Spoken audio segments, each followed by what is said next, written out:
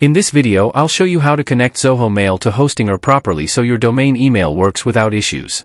The process starts by logging into your Zoho Mail admin console, where Zoho provides multiple domain verification options, but using the name method is the most reliable and commonly recommended.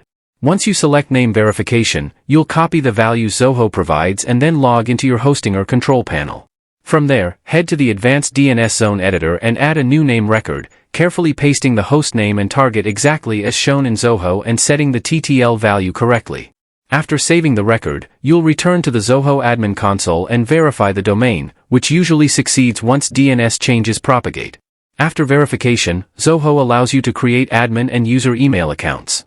To ensure you can receive emails, you'll then add the MX records Zoho provides inside Hostinger's DNS Zone editor with the correct priorities. Finally, if you're using WordPress, installing and configuring an SMTP mailer plugin helps ensure outgoing emails work reliably using your Zoho Mail credentials. Following these steps carefully avoids common mail delivery issues and ensures a stable email setup. Subscribe now for more easy-to-follow hosting and email setup tutorials.